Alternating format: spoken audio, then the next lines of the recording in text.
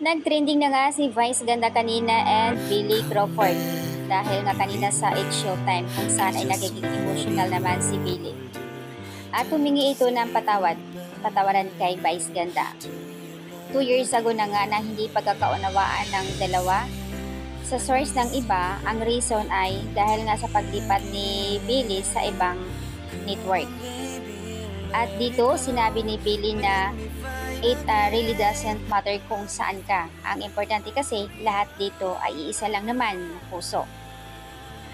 Mahal namin ang isa't isa, lahat ng pamilya, nagkakaaway-away man, nagkakalabuan, pero at the end of the day, in God's time, siya na rin ang bahalang mag-ayos. On my end, I want to say I'm sorry. Thank you, everyone, for the support and love amidst sa lahat ng nangyayari. And I just want to say, Vice, I love you. Oh, mga netizens kanina habang pinanood ang pagkasabi ni Billy, sobrang naiyak, emotional ang ibang mga netizens habang andoon ay nothing impossible to God. Masarap matulog ang walang kasamaan ng loob.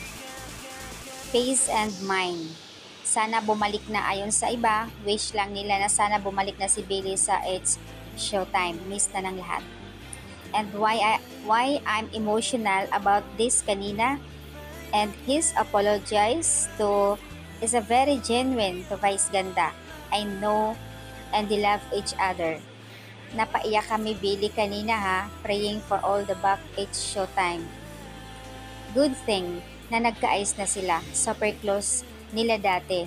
Nagkalabuan lang yung umpisa dahil nga sa ibang network na si Billy. Ang katotohanan lang kasi ang pagpapalaya at pagpatawaran sa isa't isa. Nagmamahalan lang talaga, magbibigayan. Sending love, nagpaabot naman ng sending love ang mga netizens dito, mga fans ni Billy at fans ni Vice Ganda. Natutuwa sila sa pagkaayos ng dalawa. Syempre, lalo na si Vice Ganda ay nagiging emotional din. Masaya ang lahat dahil sa pagkaayos nitong dalawa. And still, you can fully trust someone who left, whatever the reasons are sa mga panahong ito. Pwede tayong mapagpatawad sa mga taong mananakit o nag-iiwan sa atin. May mga ganong bagay talaga na kahit sabihin mong ilang taon na kayo bilang magkakaibigan, dumating sa punto talaga na magkakalabuan. May mga reason naman kung bakit nangyayaring iyon.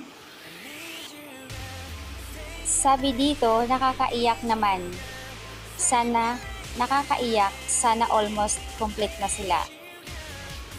Si God na ang humanap ng paraan, time to move on, let go for the past. Ibalik ang original cast. So ayan, marami ang nagbigay naman dito na pagbati at nagpapasalamat dahil po sa kanina lang at nagkaayos na nga ang dalawa, Vice and Billy.